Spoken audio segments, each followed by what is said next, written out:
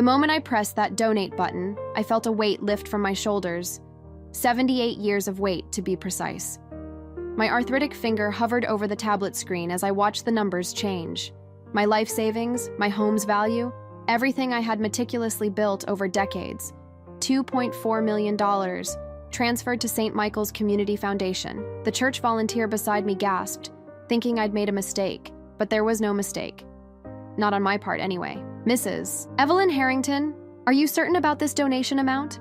Father Thomas asked, his voice gentle but concerned. I smiled, perhaps for the first time in months. Absolutely certain. And please, make sure the live stream is working properly. I want everyone to see this. My name is Evelyn Harrington. Evelyn. I'm 78 years old, a retired high school English teacher, widow to my beloved Harold for the past 5 years, and mother to 3 children who apparently couldn't be bothered to remember I existed on Easter Sunday. At least, that's what they wanted me to believe. The church was nearly empty now. The Easter service had ended 2 hours ago.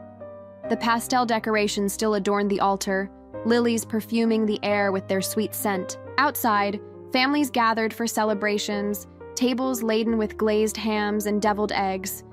My own Easter outfit, a pale blue dress I'd bought especially for today, with a matching hat that Harold would have said brought out the color of my eyes, felt suddenly too formal, too hopeful. I had waited on my porch from 11:30 a.m., my small overnight bag packed with gifts for my grandchildren. By 1 p.m., I had called each of my children, Richard, Diana, and Michael, multiple times, straight to voicemail. By 2 p.m., I had convinced myself there must have been a terrible accident. By 3 p.m., I had walked the 8 blocks back to the church, my sensible heels rubbing blisters on my ankles, to pray for their safety. That's when I overheard Father Thomas speaking with the church secretary about the charity livestream scheduled for 4 p.m. And that's when my phone finally buzzed with a text message from Diana. Sorry, Mom. We decided to do Easter at Michael's lake house this year. Forgot to tell you. Maybe next time? A photo followed.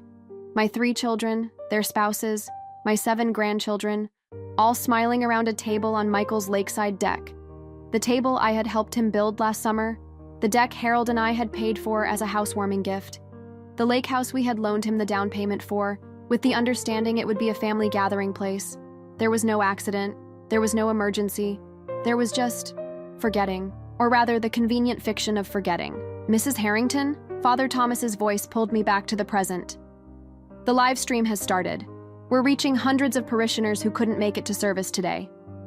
I nodded, straightening my spine the way I used to before addressing a classroom full of teenagers. Perfect timing. The signs had been there for months, perhaps years. I simply refused to see them. Richard, my oldest, stopped bringing his children for their weekly Sunday visits after Harold died. The kids have sports, he'd say. School projects. You understand. I did understand. I understood that the visits had been for Harold's benefit, not mine. My late husband's connections at his law firm had helped Richard establish his own practice. With Harold gone, so too was Richard's motivation to maintain the pretense of familial devotion. Diana, my middle child, called regularly to discuss her inheritance. Never in those exact words, of course. Mom, have you thought about downsizing? That big house must be so much work. Or, Mom, I was reading about estate planning. Have you updated your will since Dad passed? Always with a veneer of concern that wore thinner with each conversation. And Michael, my youngest, my sensitive boy who had struggled through school with dyslexia, who had blossomed into a successful contractor with Harold's encouragement and my tutoring. Michael, who now owned a lake house I couldn't afford to visit without an invitation. The Easter oversight was merely the culmination of a pattern I had willfully ignored. The final confirmation came 3 days ago, when I overheard a phone conversation I wasn't meant to hear. I had gone to Diana's house unannounced, something I rarely did, to drop off a handmade quilt for her youngest daughter's birthday. The front door was unlocked, and I heard voices from the kitchen.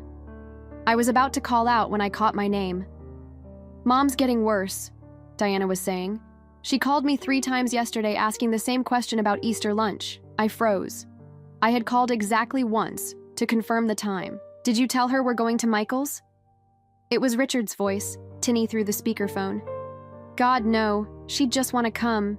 You know how she gets, clinging to every holiday like it's her last. Well, Richard's pause was heavy with implication. Don't start, Diana sighed. The point is, we need to accelerate the plan. I talked to that assisted living place on Maple. They have an opening next month. Can we afford it? Those places aren't cheap. We won't have to. Her house would more than cover it. We just need to convince her it's time to sell. And if she doesn't agree? Diana's laugh chilled me to the bone. Richard, she called me yesterday thinking it was Tuesday. We can get a doctor to declare her incompetent if we need to. Michael's on board. I backed away silently. The quilt clutched to my chest and left as quietly as I had come. The quilt now sits in my closet, alongside the other handmade gifts I had prepared for birthdays and Christmases to come. I wasn't confused about the day. I had called on Tuesday, about Tuesday's doctor appointment. And I certainly wasn't confused about what I had just heard.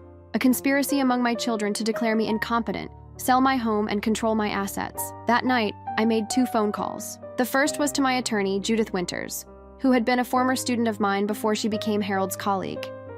The second was to Father Thomas at St. Michael's. "Are you sure about this, Evelyn?" Judith had asked when I laid out my plan. We sat in her office the day after my discovery, the mahogany desk between us covered with documents, my will, property deeds, bank statements. "I've never been more certain of anything in my life," I replied, my voice steadier than I felt. "Harold and I worked too hard for too long to have our legacy squandered by ungrateful children who see me as nothing more than a burden and a bank account." Judith nodded slowly. She had known Harold and me for decades. She had watched our children grow up, had attended their weddings. The disappointment in her eyes mirrored my own. "It's legally sound," she confirmed. "Your competency isn't in question. I can arrange for an independent assessment to document that fact. And as the sole owner of all assets since Harold's passing, you have every right to dispose of them as you see fit. And they can't contest it after I'm gone? With the documentation we'll put in place, including video testimony of your decision-making process, it would be extremely difficult. Not impossible, but unlikely to succeed, especially given the charitable nature of the bequest." I nodded, feeling a strange mix of sorrow and resolve. "Then let's proceed." The next day, I visited my bank and liquidated several investments, transferring the funds to a new account only I could access. I contacted a realtor about the potential market value of my home, not to sell it, but to include its accurate worth in my donation. I made an appointment with Dr. Levine for a complete cognitive assessment, which I passed with flying colors.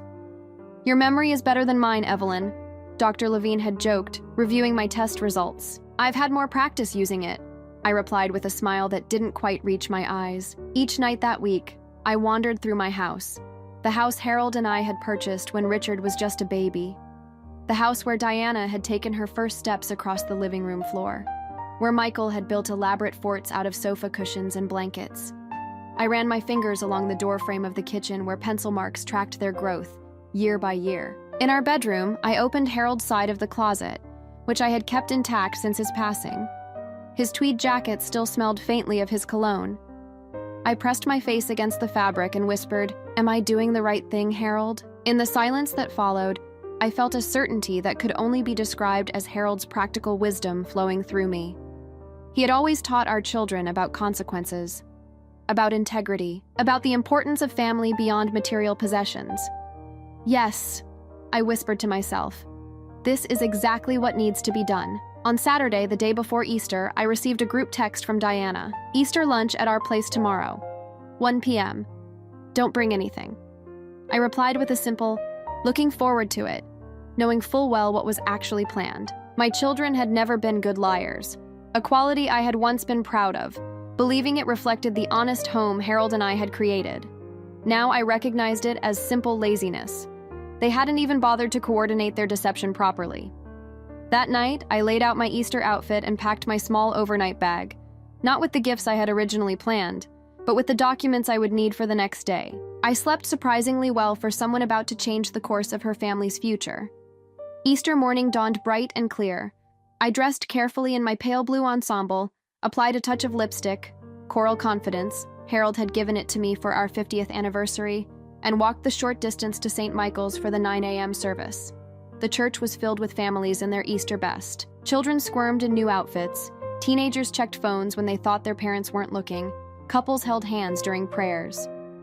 I sat alone in the pew Harold and I had occupied every Sunday for 40 years, feeling both isolated and strangely empowered. Father Thomas's sermon was about resurrection, about second chances and new beginnings. about faith tested and renewed. I felt each word resonate within me as if he were speaking directly to my situation. Perhaps he was. I had shared enough of my plan with him to receive his blessing, though not the details that might burden him with foreknowledge. After the service, several church members invited me to join their family celebrations. I declined graciously, explaining that I would be with my children later. Another lie to add to the day's collection, though mine felt justified in a way theirs did not. I returned home to wait. I sat on my porch swing, Harold's favorite spot to watch the neighborhood children play. The same swing where he had first told me about his cancer diagnosis 6 years ago, where we had decided to fight it together with everything we had. At 11:30, I texted all 3 children. "Ready whenever you are. Should I bring the lemon squares?" No response. At 12:15, I called Richard. Voicemail. At 12:30, I called Diana. Voicemail. At 12:45, I called Michael. Voicemail. At 1:15, I sent another group text. "Is everything okay? I'm waiting for my ride to Easter lunch." At 1:45, Diana finally responded, "Sorry, Mom. We decided to do Easter at Michael's lake house this year. Forgot to tell you. Maybe next time?" The attached photo showed them all at the lake house. Richard's twins playing with Diana's children on the lawn, Michael carving a ham at the table. My grandchildren in their Easter outfits that I would have complimented. Easter baskets I would have filled. Traditions I would have maintained. I studied their faces in the photo. Were they truly untroubled by my absence? Did they laugh about forgetful grandma who wouldn't notice she'd been excluded? Or was there guilt behind those smiles? Did any of them suggest calling me, only to be hushed by the others? It didn't matter now. I had my answer. Painful as it was, I picked up my overnight bag and began the walk back to St. Michael's, where Father Thomas was waiting. "Are you absolutely certain about this, Evelyn?" Father Thomas asked for the 3rd time. We sat in his office, the charity livestream equipment being set up in the adjacent community room. Through the open door, I could see volunteers arranging chairs and testing microphones. "Father, I've prayed on this decision more than any other in my life," I said, my hands steady as I signed the final paperwork Judith had prepared. "I've consulted my attorney, my doctor, and my conscience. Most importantly, I've asked myself what Harold would want." Father Thomas nodded slowly. At 65, he had been with the parish long enough to have officiated Harold's funeral, to have baptized all 7 of my grandchildren, to have counseled me through grief and loneliness. "And what would Harold want?" he asked softly. I smiled, feeling Harold's presence more strongly than I had in months. Harold believed in teaching moments, in natural consequences, and above all, in using our blessings to help others. I gestured to the donation documents before me.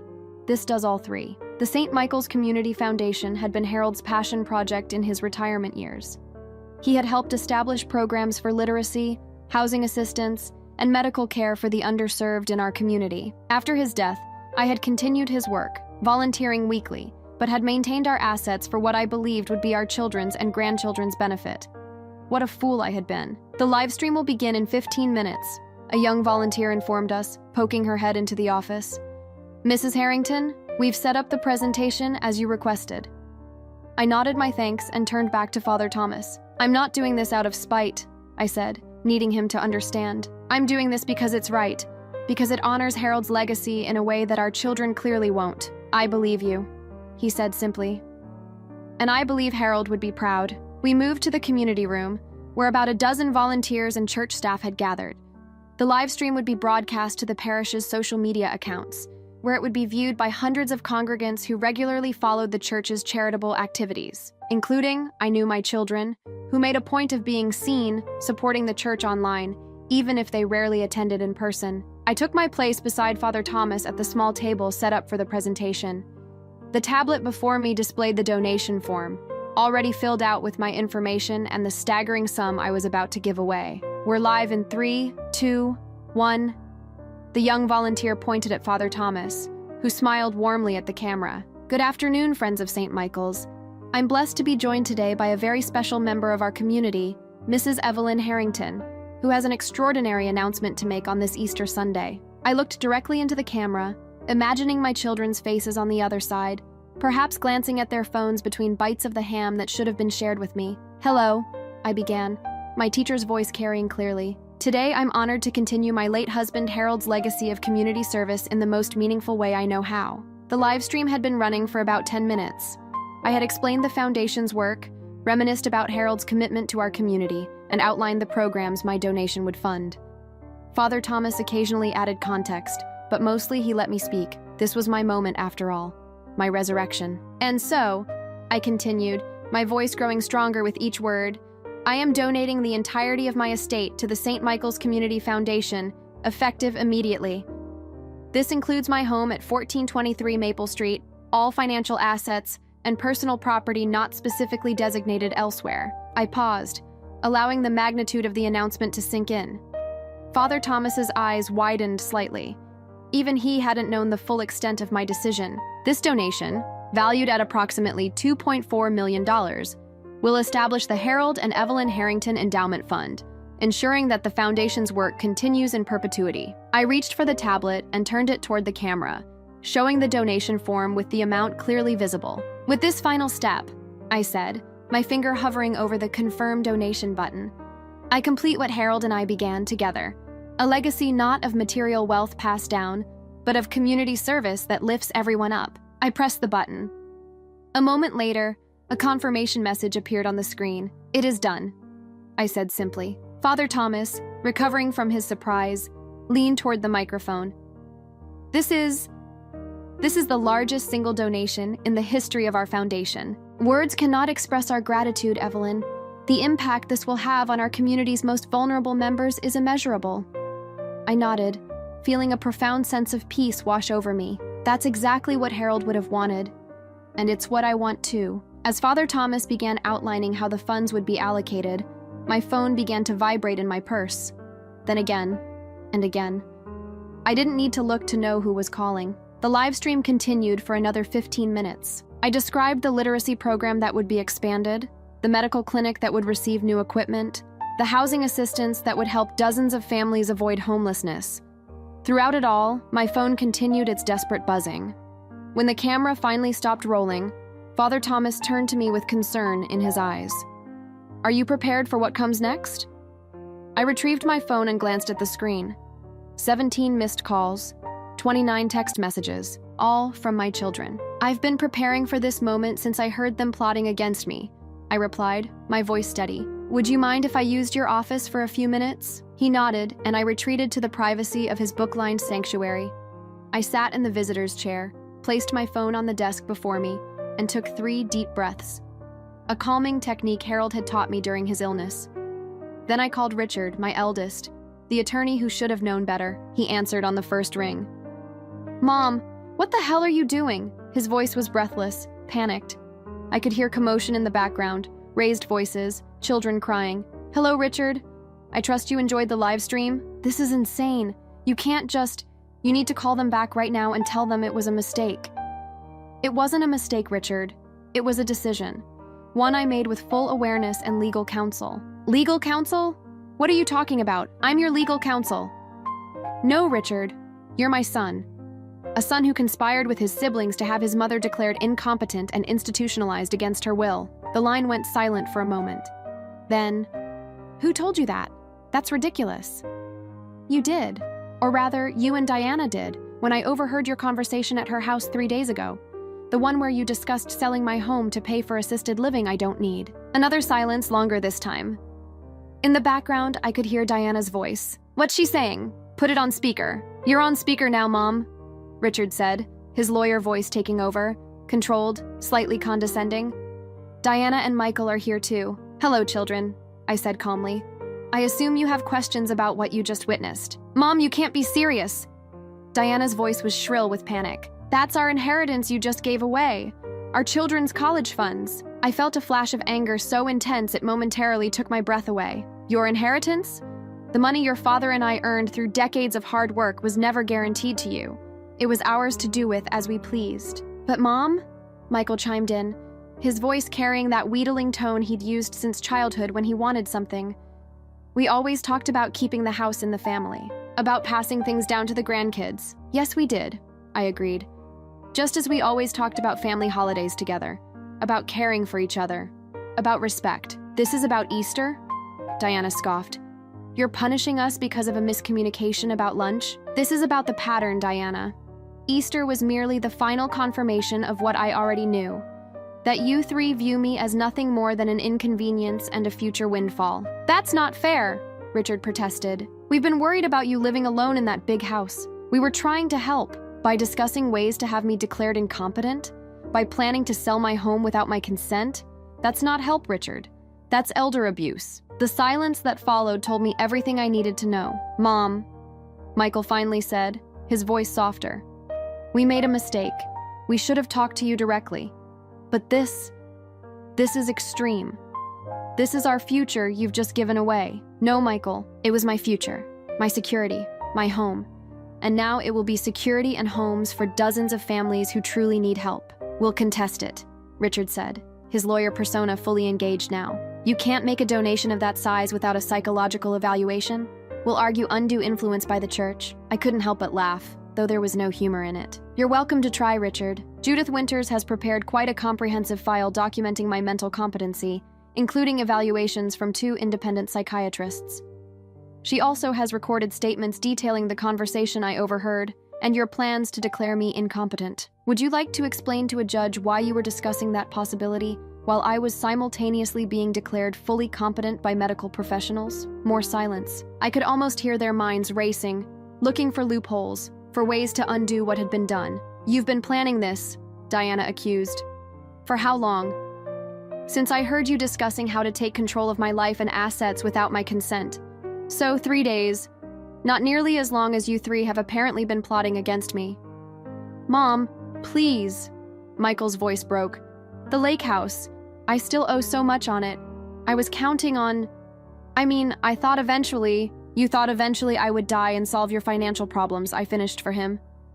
That's not parenting, Michael. That's not family. That's treating me like a walking bank account with an expiration date. I heard a child's voice in the background. One of my grandchildren, though I couldn't tell which one. Daddy, why is Grandma giving away all her money? Is she mad at us? The question pierced my heart. The children were innocent in all this. They didn't deserve to be caught in the middle of their parents' greed and my response to it. I need to go, I said, suddenly exhausted. Father Thomas has arranged for me to stay with his sister until I decide on more permanent accommodations. My attorney will be in touch regarding the few personal items I've set aside for the grandchildren. Wait, Diana cried. You're not even coming home? Where will you live? The question struck me as absurd after everything that had transpired. Diana, according to your own plans, I wasn't going to be living in my home much longer anyway. I've simply chosen a different path than the one you three mapped out for me. I ended the call before they could respond, placing the phone face down on Father Thomas's desk. My hands were shaking now, the adrenaline of confrontation wearing off. I closed my eyes and saw Harold's face, imagined his hand covering mine, steadying me as he had so many times in our life together. I did it, I whispered to his memory.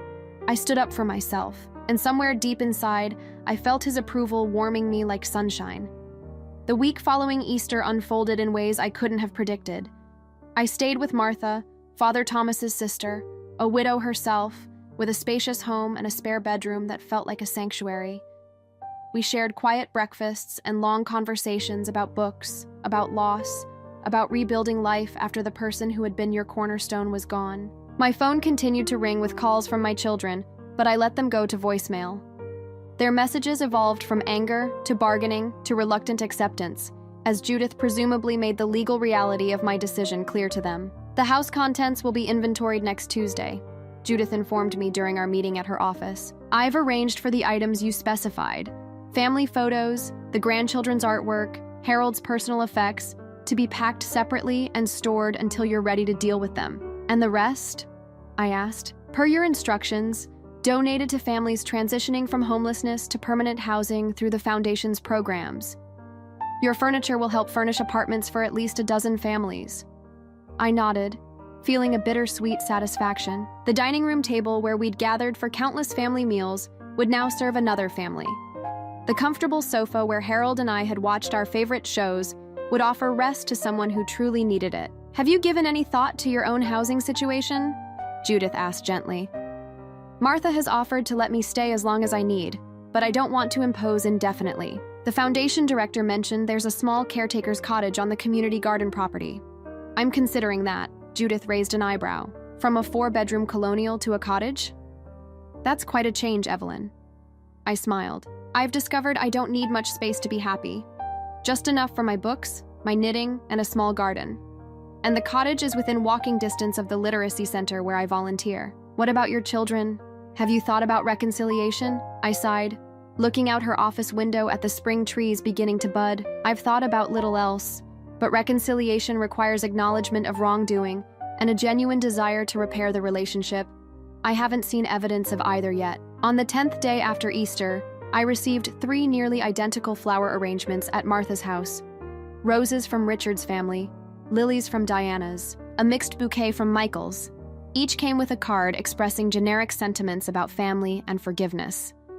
None acknowledged what they had done or planned to do. They're trying, Martha observed as we arranged the flowers in her sunroom. They're performing, I corrected.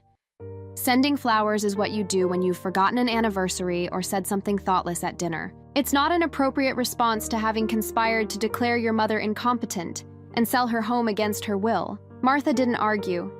She had raised 3 children of her own and understood family dynamics all too well. That evening, I received a text message from my oldest grandchild, Richard's 17-year-old daughter, Lily. "Grandma, can we talk? Just us?" I responded immediately.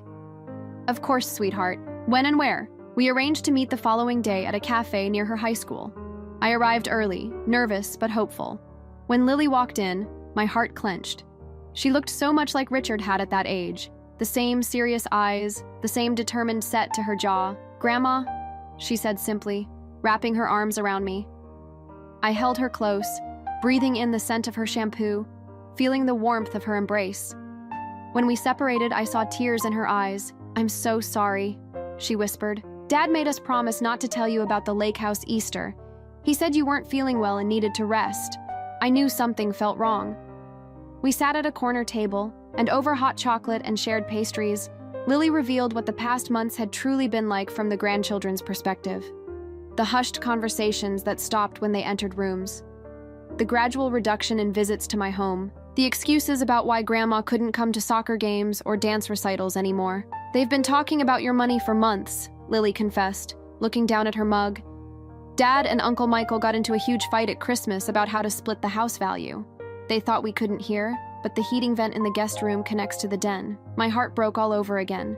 Not for myself this time, but for these children caught in their parents' web of greed. "I'm so sorry you had to hear that, sweetheart." Lily looked up, her eyes suddenly fierce. "Don't apologize, Grandma. What you did was badass. Watching Dad's face when he saw you on that live stream? Priceless." Despite everything, I laughed. My granddaughter, nearly an adult now, seeing the situation with clearer eyes than her father. "The others want to see you," she continued. "All the cousins. We miss you." "I miss you all too," I admitted. "More than anything. Then let us visit. Not with our parents, just us. We can come to wherever you're staying." I reached across the table and squeezed her hand. "I would love that more than you know." As we parted with promises to arrange a cousin's visit soon, Lily hugged me again and whispered, "I'm proud of you, Grandma, for standing up for yourself." I watched her walk away, her backpack slung over one shoulder, and felt a new kind of hope blossoming. Perhaps my legacy wouldn't be lost after all, just redirected through a different generation. Spring turned to summer. The caretaker's cottage at the community garden became my home, 2 rooms and a kitchenette, surrounded by flowering plants and vegetable beds tended by neighborhood families. I found unexpected joy in the simplicity of my new life. Each morning, I walked to the literacy center where I now worked part-time, teaching English to recent immigrants. Each afternoon, I tended my small patch of the garden. Each evening, I sat on my tiny porch with a book or my knitting, watching fireflies rise from the grass. The grandchildren visited regularly, arriving in groups of 2 or 3, brought by Lily or by Martha, who had become their willing accomplice in our clandestine family reconstruction. We baked cookies in my small kitchen. We planted sunflowers along the garden fence. We talked about their hopes and dreams and fears in ways we never had when their parents were present. My children remained at a distance, their initial flurry of calls and messages tapering off as the reality of my decision became irrefutable. Judith kept me informed of their legal maneuvers, all unsuccessful. Richard had indeed attempted to challenge the donation on grounds of mental incompetency. only to be firmly rebuffed by the extensive documentation Judith had prepared. "He's withdrawn the petition," she informed me during one of our monthly check-ins. The judge made it clear that pursuing this could potentially result in sanctions for filing a frivolous claim. "And the others?" I asked. "Diana has requested a meeting. Without Richard, interestingly enough." I considered this development. Of my 3 children, Diana had always been the most pragmatic, the quickest to adapt to changing circumstances. "What do you think she wants?" "Hard to say," Judith replied, "but she specifically mentioned wanting to discuss the grandchildren's relationship with you." After careful consideration, I agreed to the meeting, which was set for the following week at Judith's office. Neutral territory. I arrived early. My stomach knotted with anxiety I hadn't felt since the confrontation after Easter. Diana arrived precisely on time, dressed in the crisp business attire she favored as a pharmaceutical sales representative. She looked momentarily taken aback by my appearance, perhaps expecting to find me diminished by my reduced circumstances. Instead, the summer sun had bronzed my skin, and the daily walking had strengthened my once aching knees. I stood straighter, smiled more readily. "Mom," she said, her professional composure slipping just slightly. "You look... well, I am well," I replied simply. "Shall we?" I gestured to Judith's conference room. Once seated across the polished table from each other, with Judith present but unobtrusive, Diana got straight to the point. "The kids miss you," she said. "They're confused about what's happening." "They see me regularly," I countered. "They don't seem confused when we're together." Diana's eyes widened. "What do you mean they see you? How?" "They visit me at the cottage, usually on Wednesday afternoons or Saturday mornings. Lily drives them." Diana's face flushed with anger. "Behind our backs? For how long?" "Since April," I said calmly. "And not behind your backs. They're not sneaking out of windows, Diana. They're simply choosing to maintain a relationship with their grandmother." "You should have asked permission," she insisted. "From whom? You? The same daughter who conspired to have me declared incompetent? Who planned to sell my home without my consent? Who deliberately excluded me from a family holiday?" Diana flinched as if I'd slapped her. "Is that what this is about? Punishment?" "No," I said softly. "It's about consequences. Natural, logical consequences for actions freely taken." She stared at me for a long moment, then looked down at her perfectly manicured hands. "We were wrong," she finally said, so quietly I almost missed it. "What we planned? It was wrong." I waited, saying nothing. "Richard convinced us it was for your own good, that you were declining, that we needed to take control before you did something drastic." She laughed bitterly. "I guess you showed us what drastic really looks like." "I did what I needed to do to protect myself," I said evenly. "Just as you did what you felt you needed to do to protect your inheritance." Diana winced. "That sounds so ugly when you say it like that." "It was ugly, Diana. It was ugly and hurtful and profoundly disappointing." She nodded slowly, still not meeting my eyes. "I know. I've had a lot of time to think about it, about what Dad would say if he knew what we'd planned." She finally looked up, her eyes shining with unshed tears. "He would be ashamed of us, of me." The mention of Harold broke something open inside me.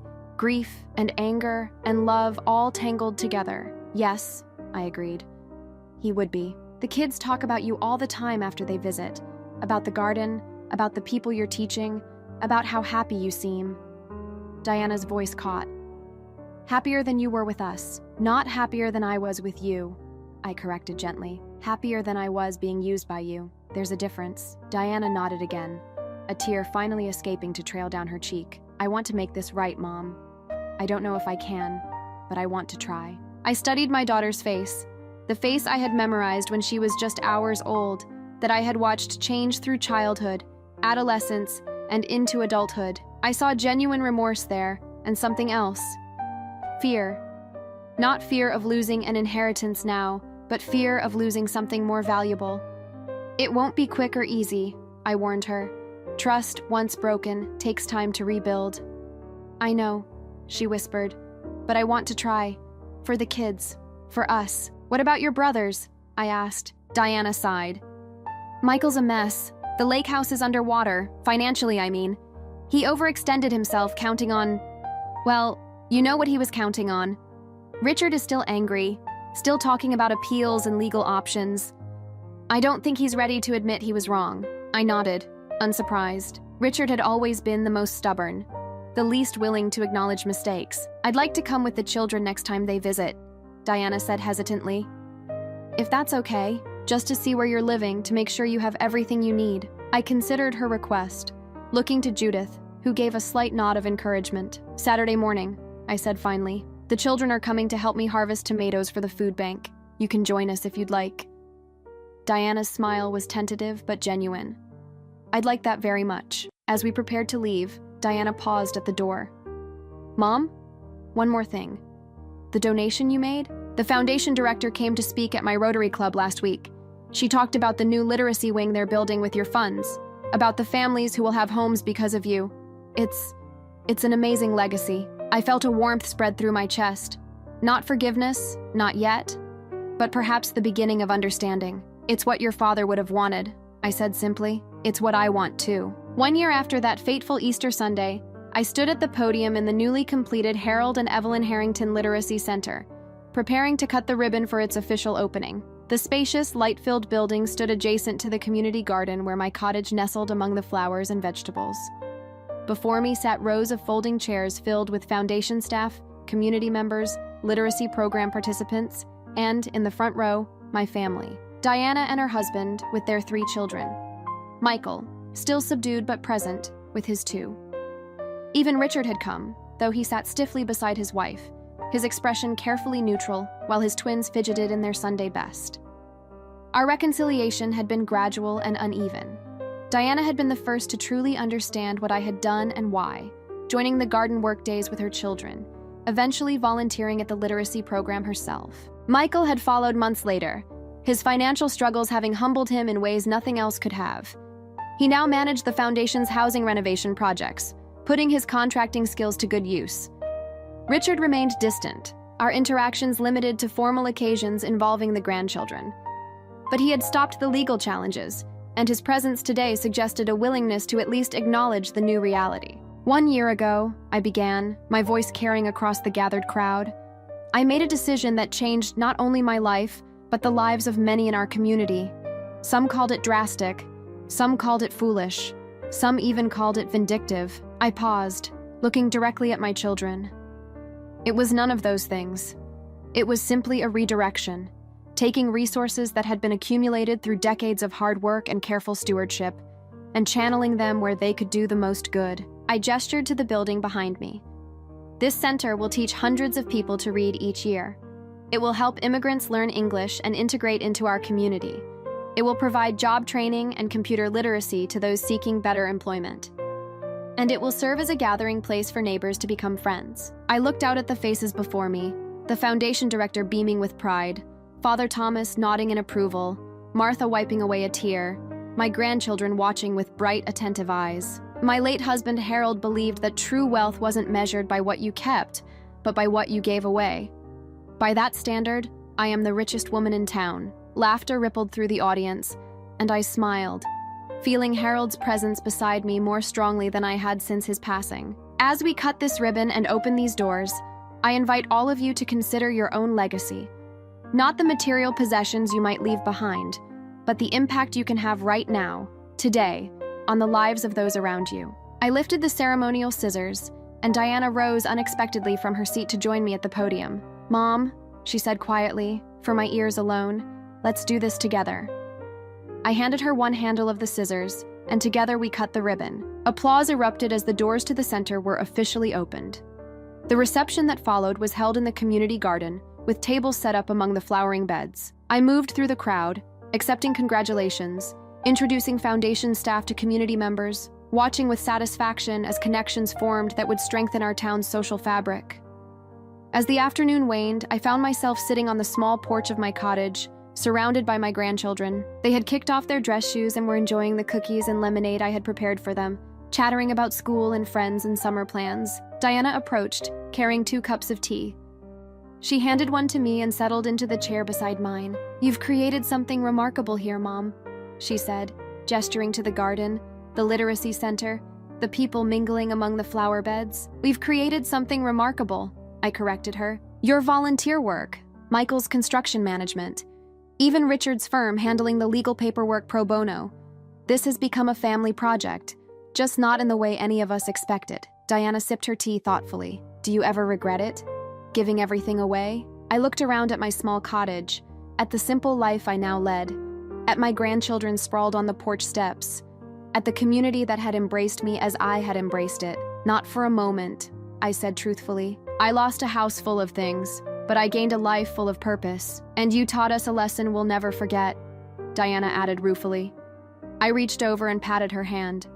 That too. As the sun began to set, casting long shadows across the garden, Richard approached the porch. He had maintained his distance throughout the reception, but now he stood before me, hands in his pockets, looking uncomfortable but determined. The center is impressive, he said stiffly. The foundation director showed me the literacy program statistics. You're making a difference. Thank you, Richard, I replied, keeping my voice neutral. That means a lot coming from you. He nodded, then glanced at his children, who were watching this rare interaction between their father and grandmother with undisguised interest. The twins have a piano recital next weekend, he said abruptly. They'd like you to come, if you're available. I felt a surge of emotion.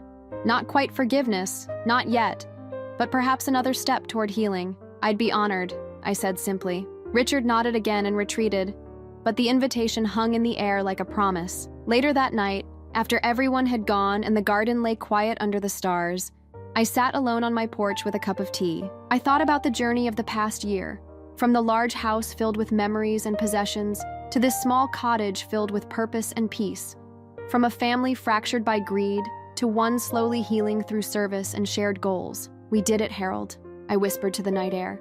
We created a legacy that matters, and somewhere in the gentle evening breeze, in the scent of the flowers we had planted together so many years ago, in the distant laughter of children heading home from the reception, I felt his answer. Yes, my love, we certainly did.